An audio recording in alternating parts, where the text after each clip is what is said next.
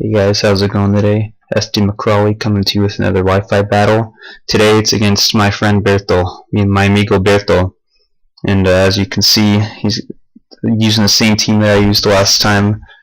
And he's got the Hydreigon, the Venusaur, his only Mega Evolution option, Galvantula, Durant, Arcanine, and Hypno.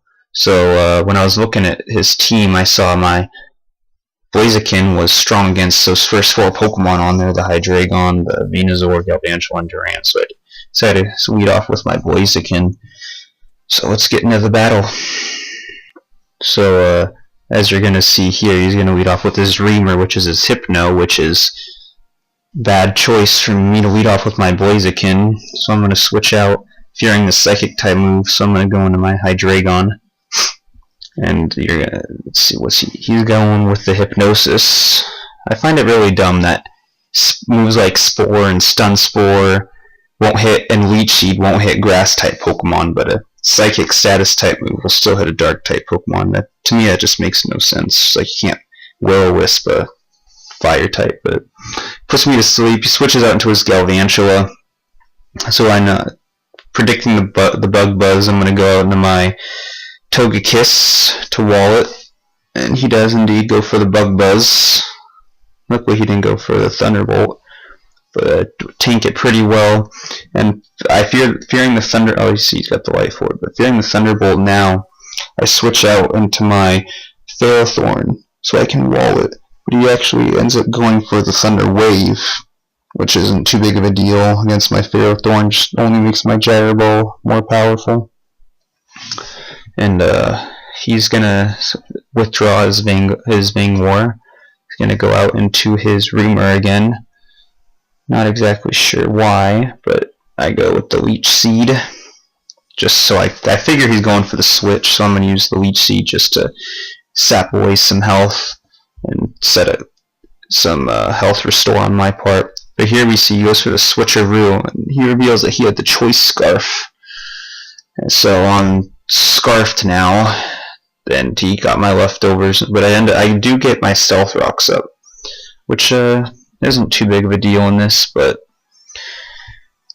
so then he's gonna restore a little bit of health with the leftovers, and I get take away some of his health with my Leech Seed, and even though I'm locked in the Stealth Rocks, I stay in because I didn't think his Reamer would be able to do anything against me. But then he switches out to his number one, his Venusaur, and so I fail with the Stealth Rocks because I didn't know if he was going to stay in or not. And you see he's going to switch out now. I'm going to go into his Hydreigon, and I'm also going to switch out. I'm going to go out into my Blaziken, which was, I don't know, I wouldn't say it was a prediction. I sent out Blaziken for the Venusaur, so now I'm going to Mega Evolve and trying to hit him with the high jump kick. He didn't have any ghost types, so we wouldn't be able to switch, and hopefully he doesn't have Protect. But he actually outspeeds me, so I don't know if he's Jolly nature, because I'm adamant, so I don't know if he's Jolly or if he was holding a Scarf. But he gets the Dragon Pulse off. It takes me down to 53. And I take out his Hydreigon with a high jump kick, so that's good for me, taking out one of the difficult Pokemon. Get my little speed boost. I was going to send out his Vangor. I'm not exactly sure why he sent out his Vangor. I guess he didn't have anything. Well, I guess he might have been able to use his Hypno, but I thought maybe he thought he could outspeed me, and he was going to go for the Thunder Wave or something. But or maybe he was just using it as bait to take down my health. I don't know. But I easily take it out with my Flare Blitz. And I was going to send out his Arcanine. And I think this would have been the better Pokemon to send out instead of his Galvantula. But he's gonna hit me with his Intimidate, but I'm not going to be able to get an attack off because he's got the extreme speed. So Mega Blaziken did pretty well. Took out his Hydreigon and his Galvantula. So I'm going to go into my Rotom now. Try and hit him with that Hydro Pump, but he predicts it. So he's going to switch out into his Venusaur again. He's going to tank my Hydro Pump pretty well. And so now, let's see. Yeah, see, it's decent damage, but my Rotom isn't that powerful, so now I'm going to switch out back into my Gengar. I was predicting a grass type move or a poison type move, but so I could resist the grass type, and he goes for the Leech Seed. This is a very health restoring Venusaur. I'm gonna take a little bit back, and let's see. So now I'm gonna actually go for the substitute, because get myself in case he's got a status move, and he goes for the Giga Drain. Here we go with the HP restoring.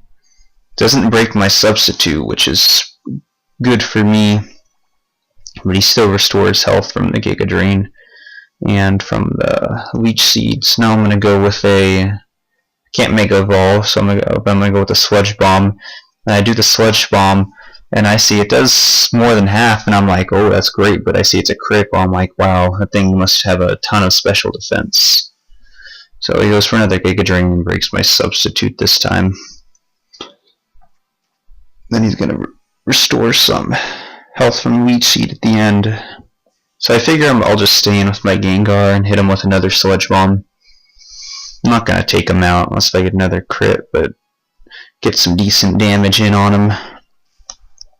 See, it takes him in the red, and he hits me with another Giga Drain, taking me low health, and then he's gonna take some more with his Leech Seed.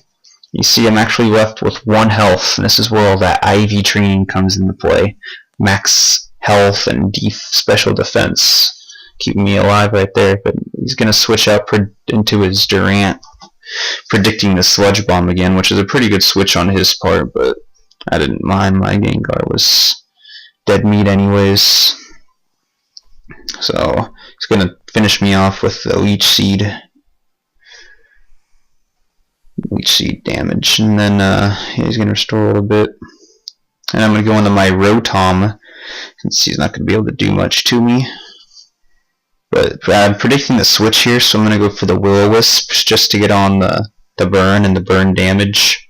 So he switches into his Reamer, and I get off my Will-O-Wisp. So now it's burned. It's gonna get some residual damage over time, which is what I wanted. So I'm gonna restore a little bit with the leftovers, but lose some more than he got back from the burn. Not really. I don't even know if that thing has an offensive move on it. Didn't seem like it. But since I'm locked in the Will-O-Wisp, I'm going to go out to my Hydreigon, because he's probably going to go with the Hypnosis again. Since I'm already asleep, it's not going to affect me. So I'm here now. I'm predicting another switch. Probably all he's got left is his Durant and his Venusaur, so I'm going with the Lion is Arcanine, but I doubt he'd go on Arcanine. I was predicting the Venusaur, trying to get some health back. So I'm gonna go with the Flamethrower, and I do end up waking up. So I'm able to take out that Venusaur with the Flamethrower. There goes his Mega Evolution. So all he's got left now is his Durant, his Arcanine, and his Hypno, and he ends up going with his Arcanine option. So, predicting that, since he sent out his Arcanine against my Hydreigon, I figured he had some sort of fighting type move. So I've switched out my Hydreigon into my Togekiss, which quad resists fighting.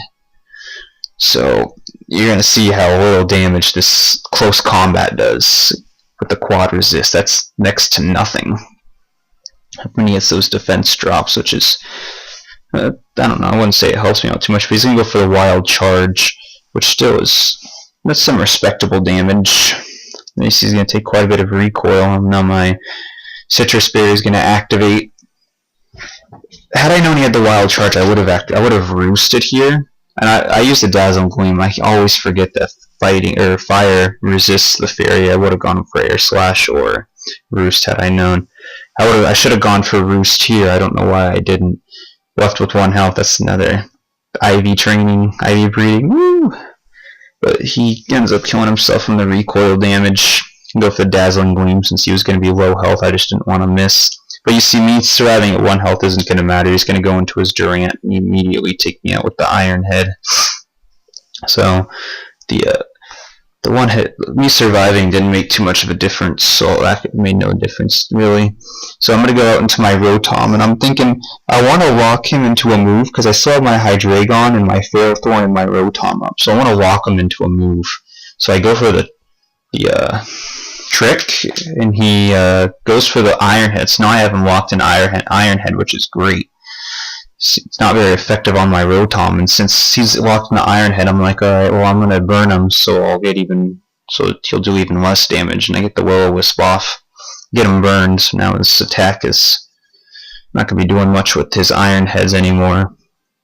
So I have a couple options. I can go on my Hydreigon and use the Flamethrower, but I want to go with this. I don't want any critical hits or anything happening severely injuring my Hydreigon, so I go into my Ferrothorn, and he's gonna go for the Iron Head, which is going to do next to nothing against my defensive Ferrothorn, and then he's going to take Iron Barbs damage, and he's going to take burn damage at the end of the turn.